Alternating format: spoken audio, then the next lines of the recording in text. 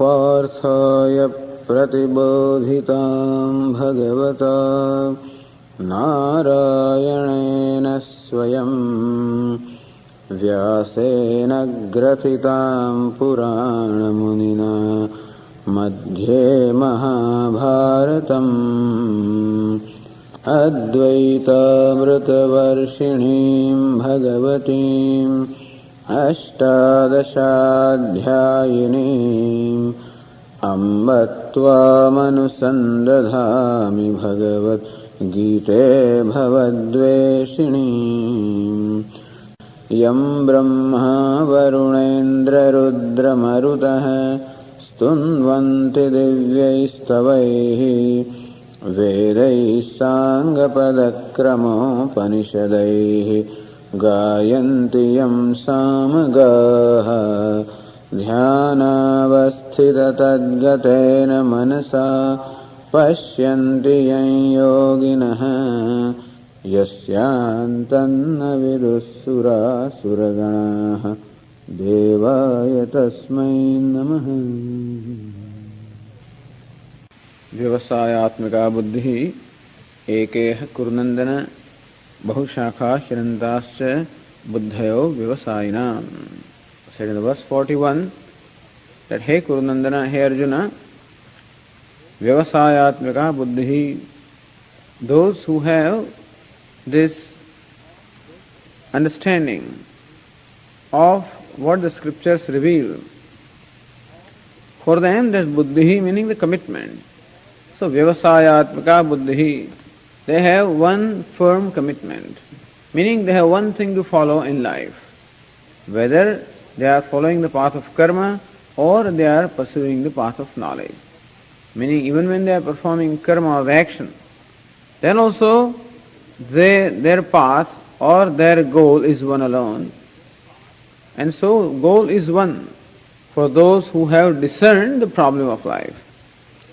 Avyavasayanam, on the other hand, those people who have not discerned the problem of life, bahushakha hyanantascha buddhayaha, their convictions keep on changing again and again. What the scriptures reveal here is the simple statement, Tattvamasi, that thou art. Meaning you are what you are seeking. That means you are free. And so freedom is something to be discovered and not something to be achieved. Thus one can attain freedom or moksha by knowledge. Thus Vedas or Vedanta presents knowledge as the goal of life. Because what we call bondage is a product of ignorance.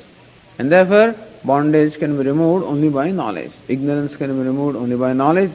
And therefore one can become free from bondage only by knowledge. If this is clear, then gaining this knowledge becomes the objective or the purpose for this person. In which case he is very clear and he is a resolute person. So his resolve is very firm as to what he is seeking and what he has to do in life. However, when that resolve is not firm or not, when this clarity is not there as to what one is seeking, as long as one thinks that what one is seeking is away from oneself, meaning the happiness, the freedom that one is seeking is elsewhere, so long the person is always running after different ends, hoping that that is what will bring him the fulfillment which he is seeking. And thus he runs after different ends, bahushakaha anantascha. The ends are many and varied, because every end when it is achieved reveals itself to be a limited thing and therefore gives its place to some other end, and thus this person keeps on seeking or running after or chasing one end after the other. So it is necessary that we should have what we call vyavasayatmika buddhi, that everyone should have this firm commitment or understanding as to what one is seeking and where is it to be found, how is it to be found. That clarity must be there. One must be a mumukshu, meaning desires of moksha, and also must have a clarity that the moksha is to be attained by knowledge and not as a result of some action or some process. And when this is clear, then even though he performs karma, meaning action, then also the action is performed now as a means of knowledge and the liberation rather than as a means of attainment of certain ends. So problem here is when I perform the action, what should be my understanding or what should be my purpose of performing the action. Action can be performed to achieve something which one does not have, or action can be performed to get rid of something that one has. So if I perform action to achieve what I don't have, I do keep on achieving things in my life, but at the same time, all the likes and dislikes and the reactions which are accompanied with every achievement, they also come along with that. On the other hand, if the purpose of performing action is to get rid of the likes and dislikes, the action is performed for the purification of the mind, if that is the purpose of performing action, then that action indirectly becomes the means for liberation. And so he is clear that he is not seeking any material gain in life. And thus his action becomes an offering, because there is nothing that he is seeking to achieve through that action. In which case, his understanding or commitment is firm. Now in 3 subsequent verses, Lord Krishna describes Yesham Vyavasayatmika Buddhi Nasti Te. How are those people who do not have this firm resolve or firm commitment, who do not have that clarity, and therefore who think that the moksha or liberation is in the form of some kind of happiness or something, achievement of something that I don't have. How about those people? And those people are described here in the next 3 verses. Yamimam pushpitam vacham parvadantya vipaschitah vedavadartah partha nanyadastiti vadinah kamatmanas swargaparaha janma karma phalapradam kriya vishesha bahulam bhogaishwarya gatim prati bhogaishwarya prasaktanam taya pahrita chetasam vyavasayatmika buddhi samadhavna vidhiyate. So, vyavasayatmaka buddhi samadhavna vidhiyate. Na vidhiyate does not become established.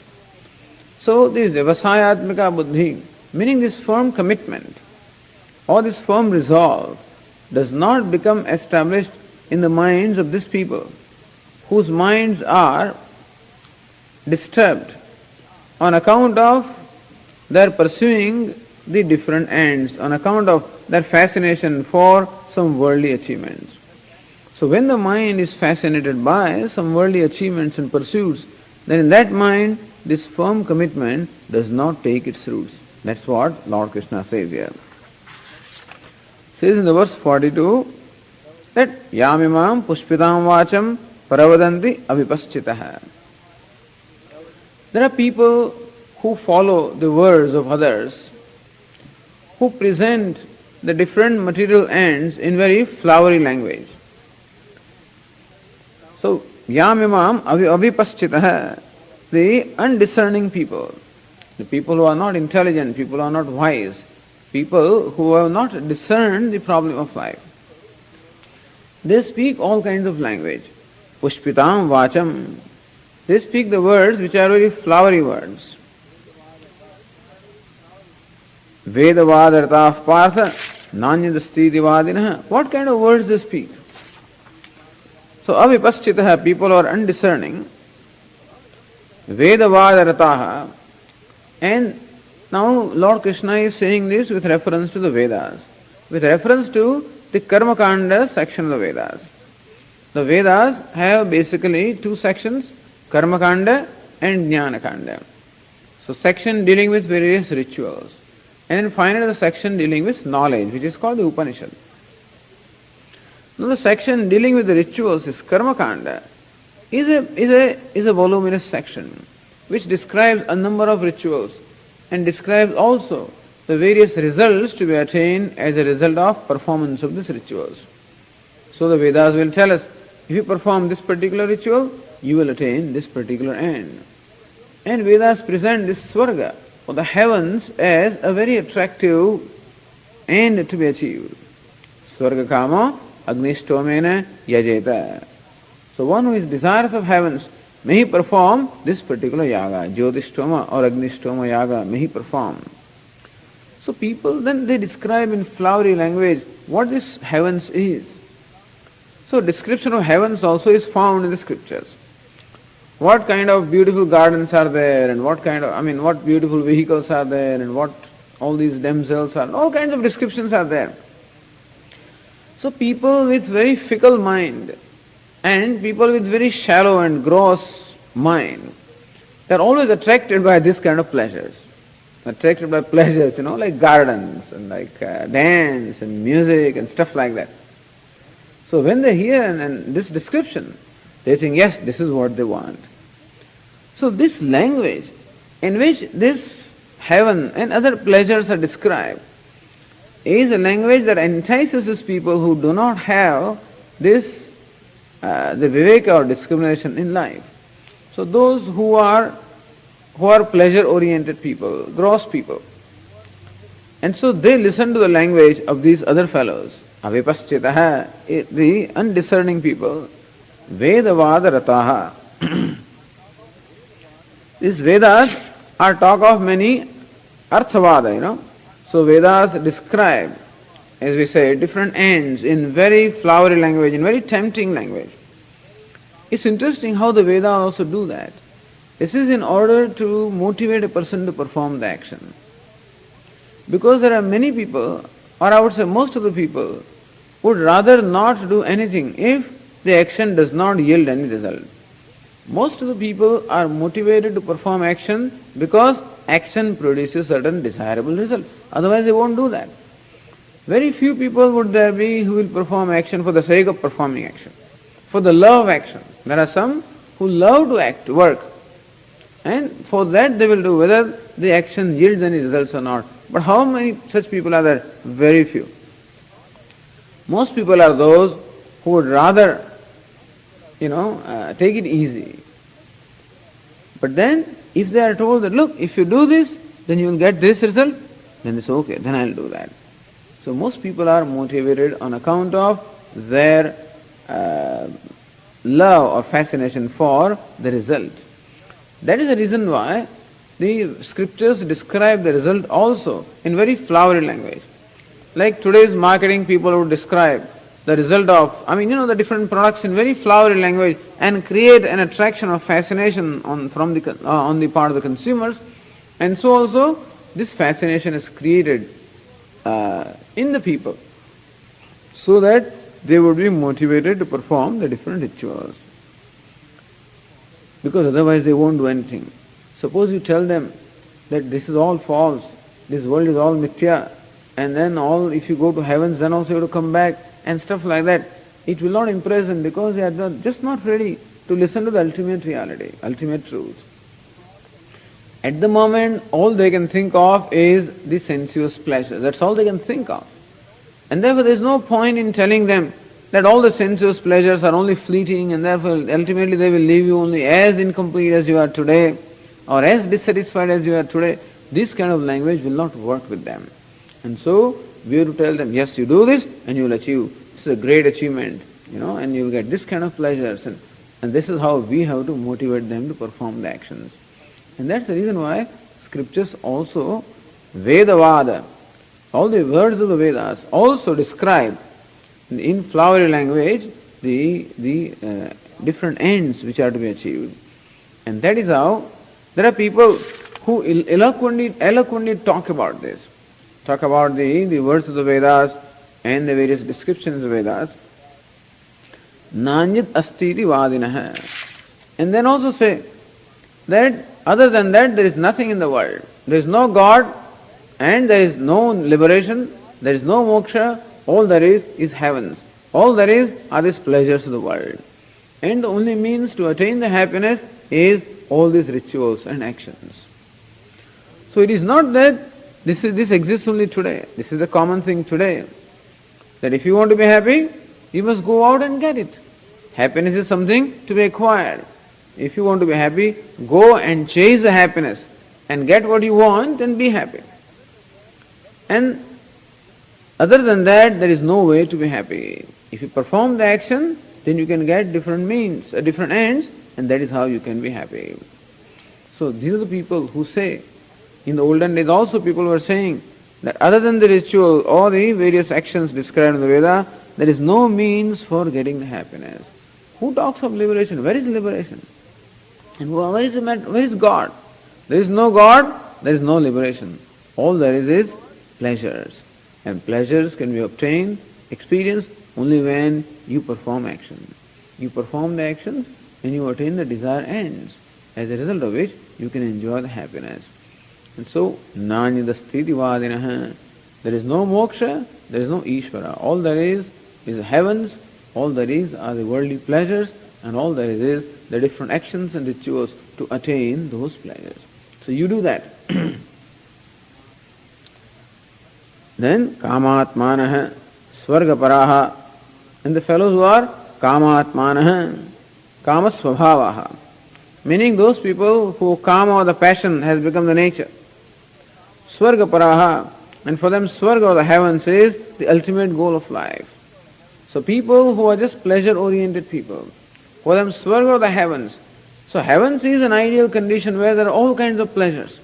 So that alone is the goal for whom they always revel in this kind of passages of the Vedas, which describe in flowery language the different results, the different ends, and the different rituals. So they revel in this.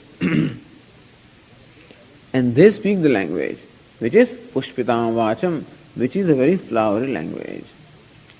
And Jarma Karma Phalapradam.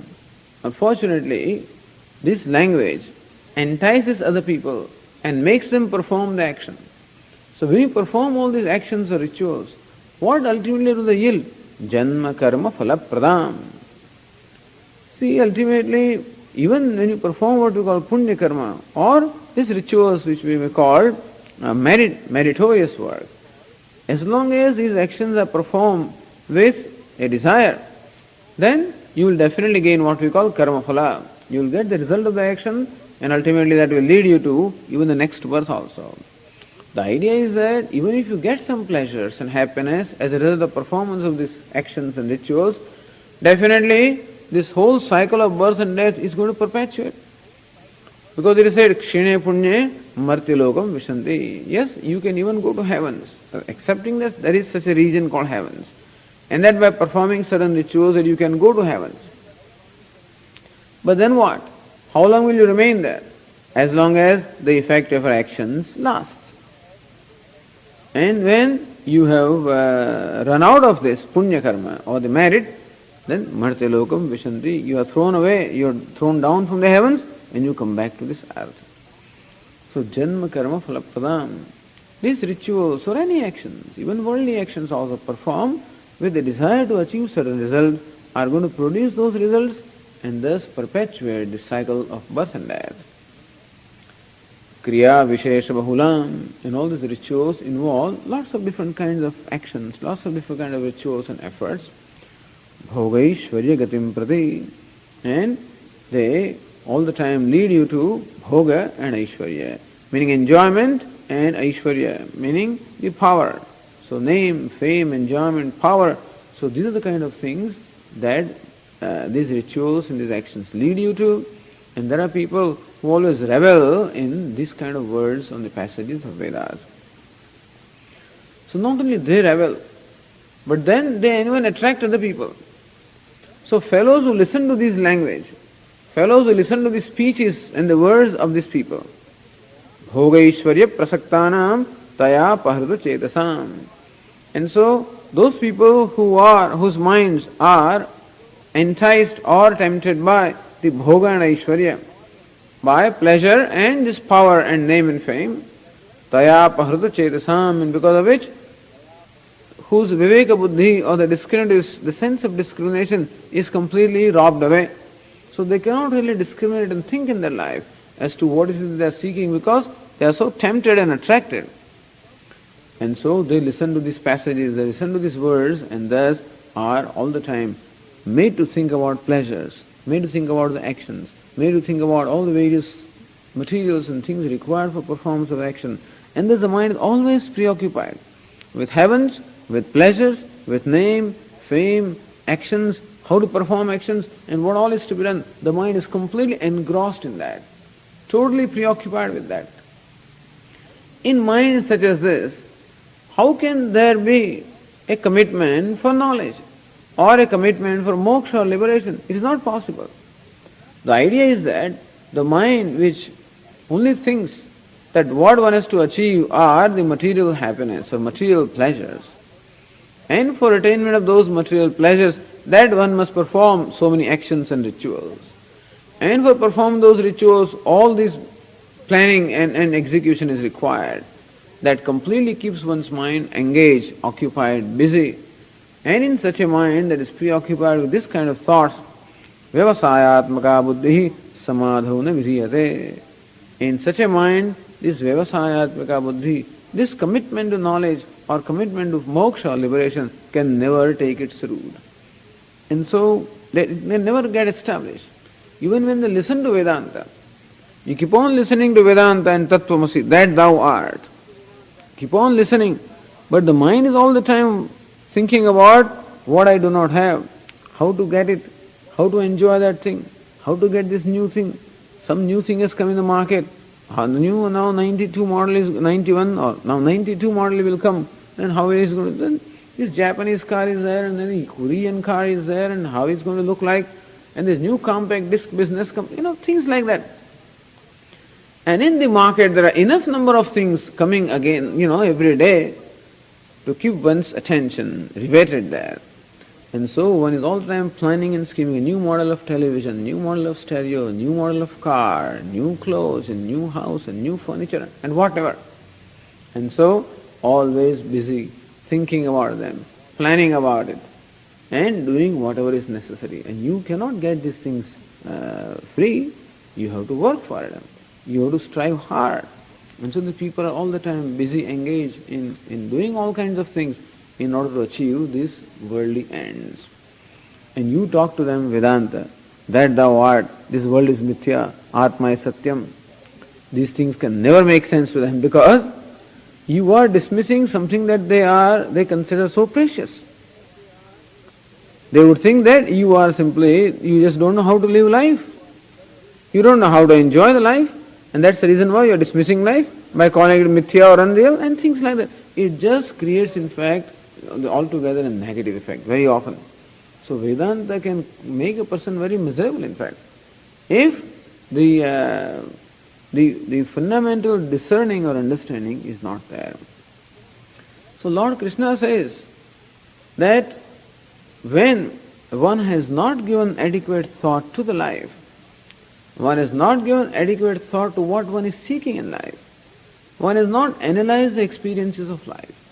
Says Mundaka Upanishad, Parikshalokan karmachitan brahmano nirvedamayat naste kratah kratena.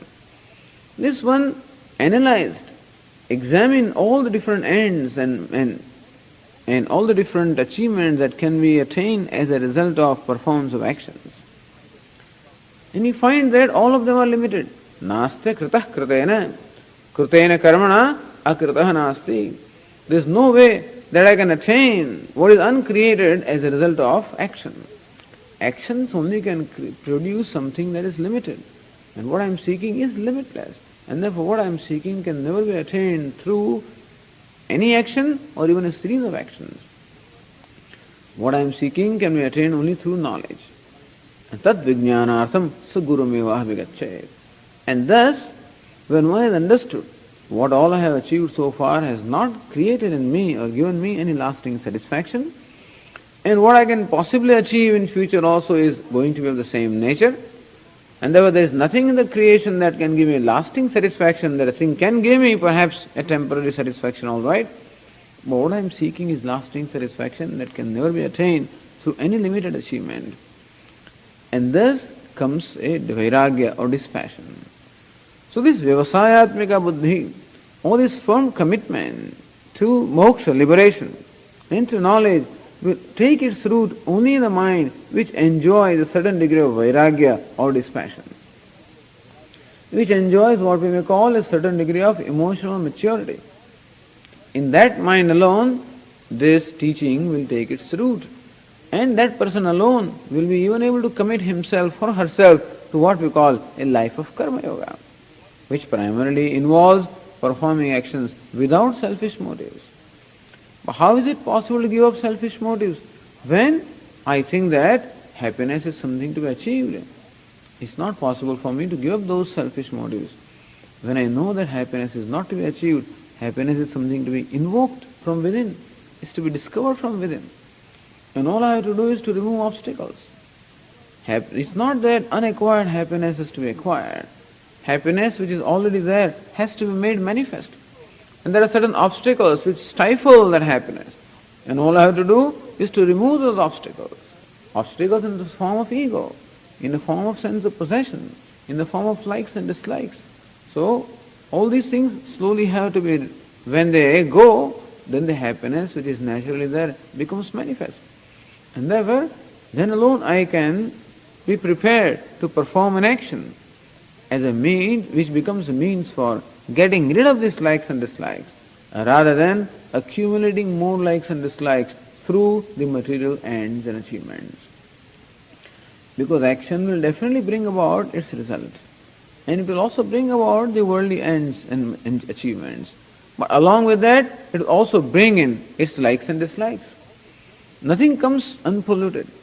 Everything always brings its difficulties along with it.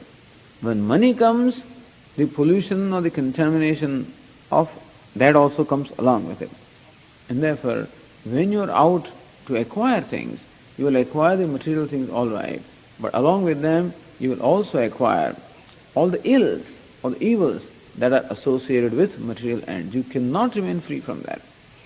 And so what happens is a common man, in the very process of acquiring things, is also gathering all this garbage. Ultimately finds himself as more and more in conflict, more and more torn apart. And that natural happiness seems to be farther and farther away. He finds himself chasing the happiness even more and more vigorously. Because that problem of life has not been discerned. So vyavasayatmika buddhi, commitment to the vision of the scriptures and commitment to a spiritual life, commitment to a life of what we call yoga, is possible only when one enjoys a relative degree of what we call emotional maturity. And then alone that appreciation is there, and then that commitment is there.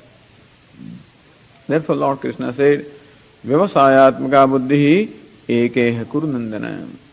There are other schools of thought also. They give different kinds of perceptions of truth. Some people say that Atma is many. Some people say that Atma is also is truth, and the spirit also is real, and matter also is real. And thus so many dualistic schools of thought are also there. And one may not be able to decide what is right and what is wrong. He says, no, vyavasayatmika buddhi. If you follow the teaching of the scriptures, then it is very clear that there is only one truth, one reality, and that's all. And when that becomes clear, then the commitment to that truth also becomes clear. So in these three verses, Lord Krishna sort of not criticized, but told us here the difficulties which are involved if one is not alert and one is not thinking. It is possible then that one can be easily fascinated or attracted by those flowery words and language and follow blindly all these different material ends. And therefore it is necessary that one has to be thinking, one has to be mature. And therefore, in the verse 45, which is a very important verse, Lord Krishna tells Arjuna what he should be doing. Ye evam viveka buddhirahitaha tesham kamatmanam. So those people who do not have this viveka buddhi or the sense of discrimination, they are always going to be remain within the realm of what we call samsara. And for you to come out of the samsara, what you should do, that's what Lord Krishna says in verse 45. Traigunya vishaya vedaha nistraigunya bhavarjuna निर्द्वंद्वो नित्यसत्वस्थः निर्योगक्षेम आत्मवान. Trigunya Vishayaha Vedaha. Vedaha means the Vedas. Here the Karma Kanda portion of Veda. So here Arjuna, the ritualistic or the Karma Kanda portion of Vedas, Trigunya Vishayaha, they are always within the realm of Triguna, meaning the three gunas. Which are the three gunas? Sattva, Rajas and Tamas. And the whole creation is made up of these three gunas, Sattva, Rajas and Tamas. This is what we are discussing in the morning in Tattva Bodha. From these Sattva are created the organs of perception and the mind. From the Rajas are created the organs of action and the prana. And from the Tamas are created this gross body and all the gross objects of the world. So this whole universe, the gross and subtle creation is made up of what we call the three gunas. So three gunas also means the samsara, this world. Trigunya Vishayaha Vedaha. So the Karmakanda portion of Veda always deals with this world and the achievements of the world which are within the realm of these three gunas. And these three gunas are limited. And depending upon our own disposition of mind, we are going to have different kinds of responses. All these three gunas are binding, as is described in the 14th chapter. Sattvat sanjayate jnanam, rajaso lobhayevacha, pramadamoho tamasah, bhavato jnanamevacha. When the mind is sattvic, then also there is going to be a bondage. That the mind has love for knowledge, love for happiness, when the mind is sattvic. So such a mind also will be pursuing something, namely the knowledge. When the mind is under the spell of Rajoguna, then there is all this greed. And from the greed arises all kinds of desires, all kinds of pursuits, all kinds of activities. And when the mind is under the spell of Samoguna, then there is ignorance, there is dullness, there is pramada, inadvertence. And thus all these three gunas in fact are binding. Sattvam rajas tamaiti gunah prakriti sambhavaha. Nibadnanti mahabaho dehe dehinam avyayam. This self who is avyaya, imperishable, is as though bound with this body by these three gunas. So word guna means quality, and in Sanskrit the word guna also means a rope. So these three qualities, sattva, rajas and tamas, are also like ropes which bind the self with this body, with the world. So what is it that binds me? It is not that the self is bound by ropes actually, but the self is bound by the subtle ropes of this guna, sattva, rajas, tamas. And therefore my mind is tied down to something. If my mind is full of rajas, I am going to be tied down to the objects of the world because I want more and more of things. I want to enjoy more and more. And I want to achieve more and more. I want to assert more and more. If the mind is full of tamas, I want to avoid everything. I don't want any difficulty at all. I don't want to exert, I just want to, I think that I am sattvic, but the sattva and tamas, they look alike. And so fellow doesn't want to do anything. Doesn't want to exert. And when the mind is sattvic, then also the person wants to know this and know that, etc. Of course, sattva is what we desire, but one has to ultimately even transcend the sattva. There is something that is beyond even sattva also. So Arjuna, as far as karma is concerned, karma means action is concerned, it will produce for you the different achievements, ends in life. But all those different ends or all those different achievements are going to be within the realm of these three gunas, sattva, rajas and tamas, meaning within the realm of samsara. And therefore, by achieving them, you can never become free from samsara. What you are seeking through the fulfillment, what is it that one is seeking? Through the fulfillment of desires. When different desires arise in my mind, what is it that I am seeking? I think that I am seeking the fulfillment of various desires, but that is not so. In fact, what I am seeking is freedom from the desire. What man does not understand is, what one wants to become free is from the desirer. Because the desire that becomes manifest from me is what makes me dissatisfied with my own self. I cannot stand to be a desirer, and therefore I want to stop being a desirer. And in order to become free from this desirer, I keep on satisfying different desires, thinking that the desirer will no more be. But unfortunately, different desires get satisfied, but the desirer remains intact. The desirer is perpetuated. And therefore, all the achievements in the realm of the three gunas, meaning in the realm of this world of the samsara, always are going to perpetuate the desirer. And therefore, you will never be free from this desirer, desiring. You will always remain a limited being, and as long as the desirer remains, so long I have to again continue this journey. At the time of death, if my mind still has a number of desires to fulfill, still is not satisfied with one's own self, then it is going to seek satisfaction and fulfillment. And thus, definitely it is going to require to go into another embodiment so that I can gain a freedom from this desire. Therefore says, Traigunya Vishaya Vedaha. Hey Arjuna, those who are seeking to gain fulfillment out of different achievements, they are never going to become free from the cycle of birth and death. Therefore says, Nistraigunya Bhava Arjuna. Hey Arjuna, Tvam tu Nistraigunya Bhava. May you become Nistraigunya. Meaning, may you become free from these three gunas. What do you mean becoming free from three gunas? May you become free from the achievements in the realm of the three gunas. So here Arjuna, may you become Nishkamo Bhava. May you become free from the desires. By understanding the nature of desire. That what does a desire do? Desire prompts me to perform an action. As a result of performing the action, I do achieve various ends in life. But everything that is achieved as a result of performance of an action is going to be limited in itself. And therefore, is only going to increase my appetite further to get more and more. So more I achieve, more there is a desire to achieve. Because a man gets more and his dissatisfaction also increases in that proportion. And therefore that asantosha, the dissatisfaction, never goes. So nishkama bhava, meaning may you become free from desire. That is, may you understand this.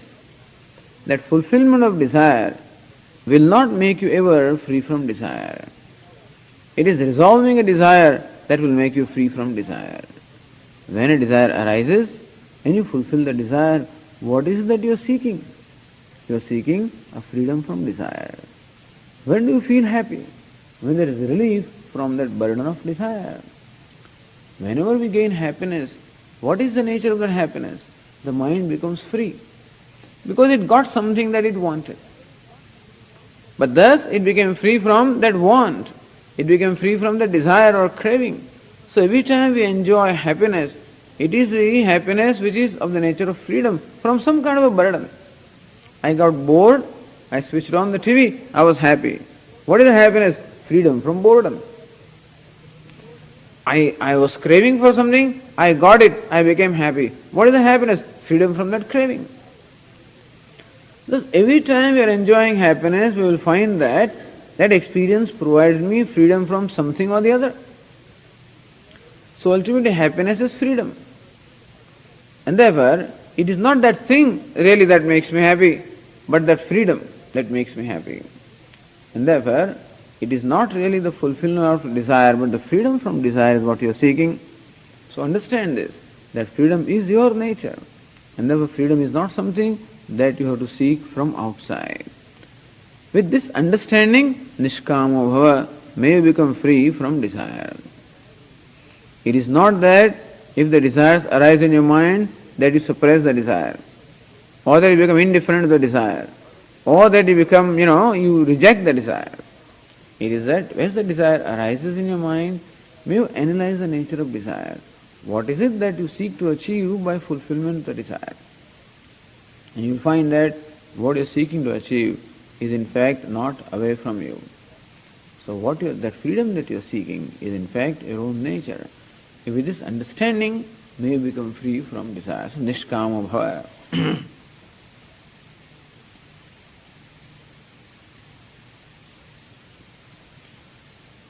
Alright, how do you become nishkamaha or free from desires? The idea is that when the mind is free from desires, and desire here stands for all kinds of different demands, then alone the mind can enjoy a certain peace and tranquility. As long as the mind is stifled by different desires, so long it cannot enjoy that poise. Mind cannot enjoy the poise as long as it is pulled apart by different desires. And if the mind does not enjoy that poise, certainly it cannot apply itself to this study or learning. So in order to have a contemplative mind, that mind should be free. Free from likes, dislikes and whatever. Then alone that mind is tranquil, or the mind enjoys the poise. So when the Lord Krishna says Nishkama bhava, meaning become free from desires, what is meant is, then alone you will enjoy what we call a mind in poise. And so to enjoy a contemplative mind, to enjoy a mind in poise, we have to learn to resolve these desires by understanding the source of desire. What is that causes desire? Ignorance causes the desire. How does ignorance cause the desire? What does ignorance do? Ignorance creates in me the various notions about me. What notions? These different kinds of notions. I am mortal, I am ignorant, I am limited. The self, in fact, which is immortal, of the nature of knowledge and limitless, the self takes it himself to be mortal or limited, ignorance, and then there is a desire to become free from mortality, free from ignorance and free from limitation. And this very desire is a product of ignorance. So thus when we analyze the source of desire, we will find that every desire arises on account of some notion that I entertain about myself, which notion has arisen on account of identification with this body, or with the mind, or with the intellect. So ignorance creates the identification, that creates a sense of limitation, that creates a desire to become free from limitation. This is the mechanism of desire as explained by Vedanta, avidya, kama, karma. So every kama or the desire has its root in avidya or ignorance. And therefore, by viveka or discrimination, when we understand this, we shall be able to make our mind free from that fascination for different objects, different pleasures, different achievements, which create desires in us. So, nishkamaha, meaning freedom from desire, that nishkamatvam comes only as a result of viveka or discrimination, not simply by resolve or by simply asserting, but it comes as a result of viveka. So vairagya.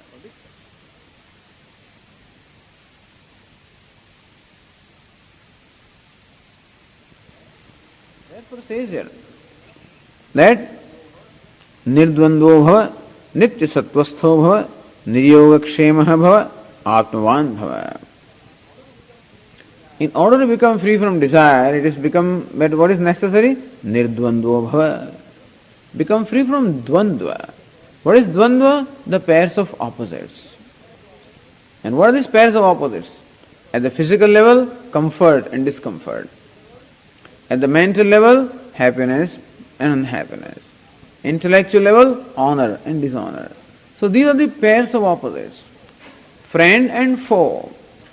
Heat and cold. Honor and dishonor. So these are all the different pairs of opposites. They are called dvandva. And constantly we are confronted with these pairs of opposites. Now there is a friend, then there is a foe. Now it is hot, then it is cold. Now it is pleasant, then it is unpleasant. Now somebody honors me, then somebody dishonors me. This is what constantly goes on. And the mind is always torn apart by these pairs of opposites. It says, nirdvandvo bhava. May you become free from these pairs of opposites.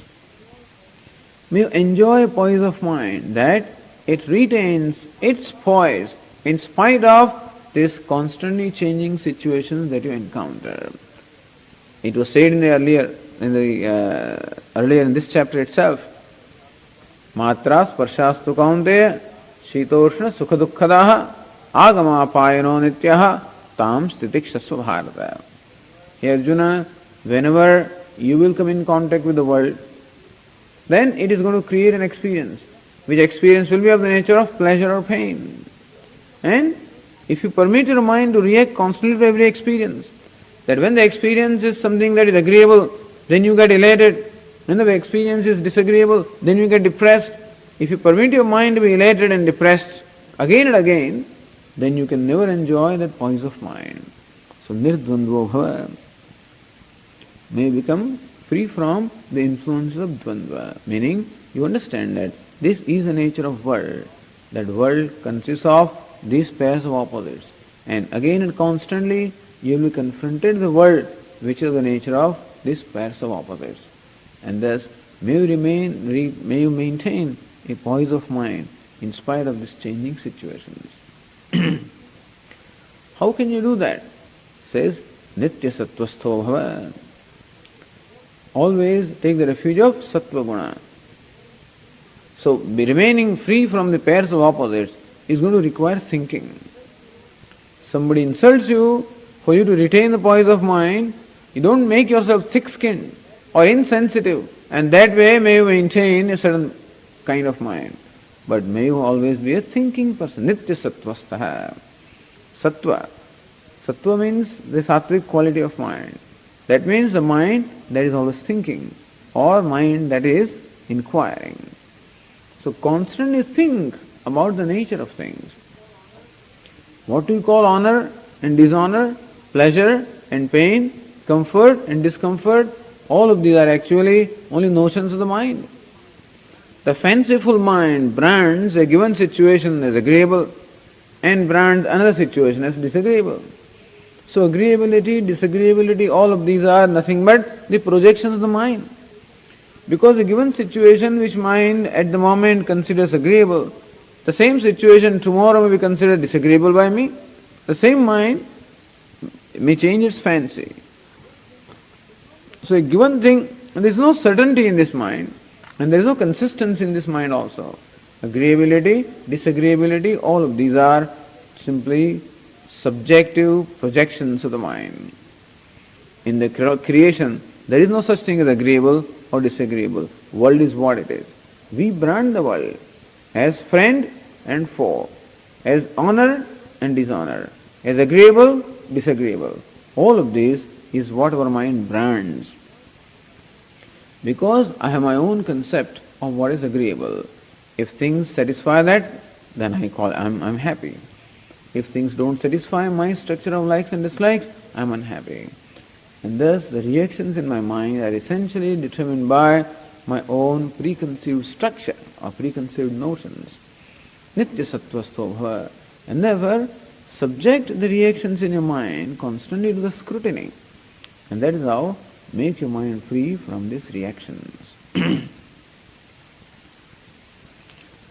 But then Arjuna may ask the question, but then, after all, we have to fulfill our responsibilities and we have to at least we have to look after our own selves. And so mind is constantly bothered by two things called yoga and kshema.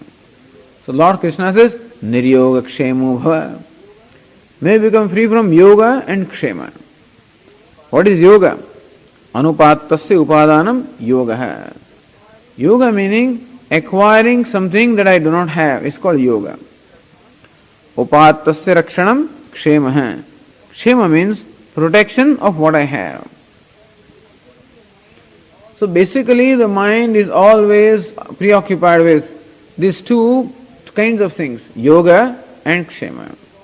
Mind is only dwelling upon things that I don't have and how to acquire them. How to acquire that dress, how to acquire that carpet, how to acquire that car, how to acquire that which I don't have. This is one kind of an activity that the mind has. And second is protection of what I have. Because what I have also will not remain with me unless I protect it. Suppose I have the money, I must know how to protect my wealth. I have the house, I must know how to protect the house. Swamiji, when we go to New York, I went to New York to my friend, and I lived in an apartment with my friend, and the car was parked in the street, and all the time I was worried. Every 15 minutes I would look down, is my car safe or not? Because when you go to New York City, you know that nothing can ever be trusted upon. And therefore, you just may, you leave your car here, go for shopping for half hour, you come back, it's not there, And so to protect what we have also requires a lot of energy of the mind. And usually people's mind is generally preoccupied with one of these two things: acquiring what we do not have and protecting what we have, yoga and kshema. And as long as mind is preoccupied with this yoga and kshema, so long it cannot enjoy the tranquility or poise. So Lord Krishna says, Niryoga kshemo bhava. May you become free from the anxieties of yoga and kshema. And who is going to take care of me? Suppose I don't worry about what I don't have, and I don't worry about protecting what I have, who is going to do that? Lord says, I'm going to do that. Now that's not easy, but that's something that one has to discover in one's own life. So these are the things that we actually have to discover. Because in the 9th chapter is going to say, Ananyas chintayanto mam ye janah paryupasate tesham nityabhiyuktanam yogakshemam vahamyam. So those people are constantly worshipping me. Those people are constantly centered on me. And therefore those people are constantly united with me. I take care of their yoga and kshema, meaning I provide them what they don't have and I protect what they have. This is of course the experience of all the great devotees of the Lord. It is not our experience, because we think that it is our responsibility to procure what we don't have and to protect what we have. And as long as we take it to be our responsibility, we wind up performing and making an effort for it also. But even today also, when I get things that I don't have, how do I get it? We will find that ultimately the things are given to me. And therefore, as far as the devotee of the Lord is concerned, he knows that the prarabdha or the God is going to get me what I don't have, and what I need is going to come to me, and what I need is going to remain with me. That tremendous amount of faith or the trust is there because of the devotion. And in course of time, one has to achieve this, because otherwise one can never become free from these anxieties of yoga and kshema, of acquiring and protecting. We can never become free from that. And as long as the anxieties of acquiring and protecting are there, how can we enjoy a peace of mind? We cannot. So niryoga kshemo bhava. And how do we become that? Atmavan. Atma here means mind. Aparmatto bhava. May we become free from the pramada. May we become free from inadvertence. Meaning, may we become alert. May you make your mind free from the fascination of the objects. May you make your mind abiding or all the time focused. Atmavan means may you always become focused. The mind has a tendency to run away again and again, being distracted. Bring the mind back again and again up to its focus. Always keep in mind what is it that is the goal of your life. What is it that you are seeking in life? And the action that you are going to perform, does it have anything to do with what you are seeking? Make your life, the whole life, a means of attainment of what you are seeking.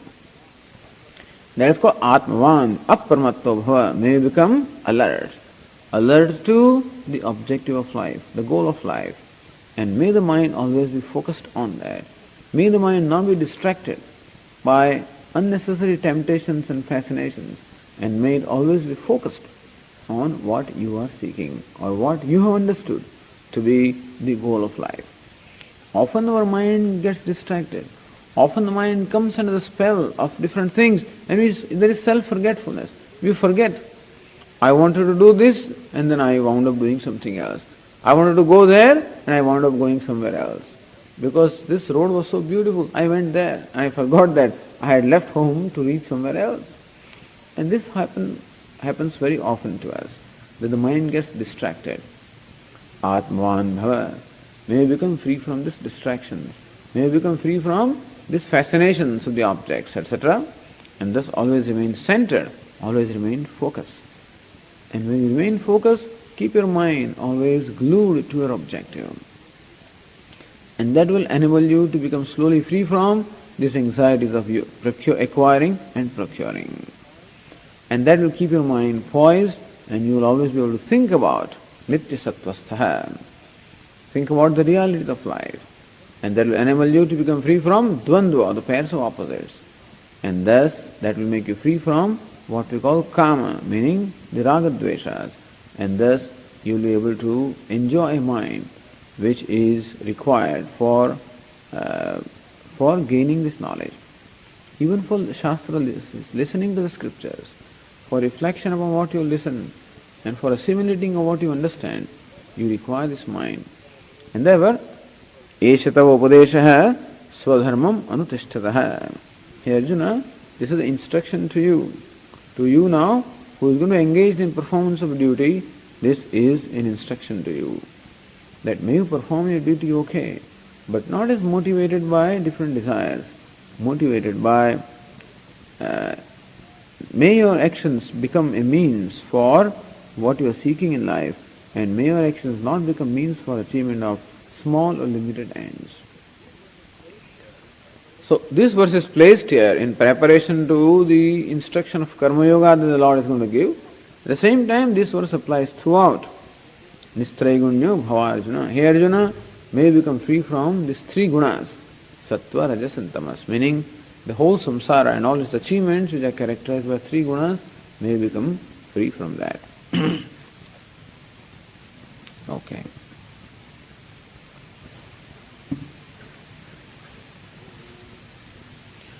Om Purnamadah Purnamidam Purnat Purnamudachyate Purnasya Purnamadaya Purnameva Vashishyate. Om Shanti Shanti Shanti. Shankaram Shankaracharyam Keshavam Badarayanam Sutrabhashya Krutau Vande Bhagavantau Punah Punah Ishvaro Gururatmeti Murti Bheda Vibhagine Vyomavadvyapta Dehaya Dakshinamurtaye Namaha. Om Shanti Shanti Shanti. Hari Om Shri Gurubhyo Namaha. Hari Om.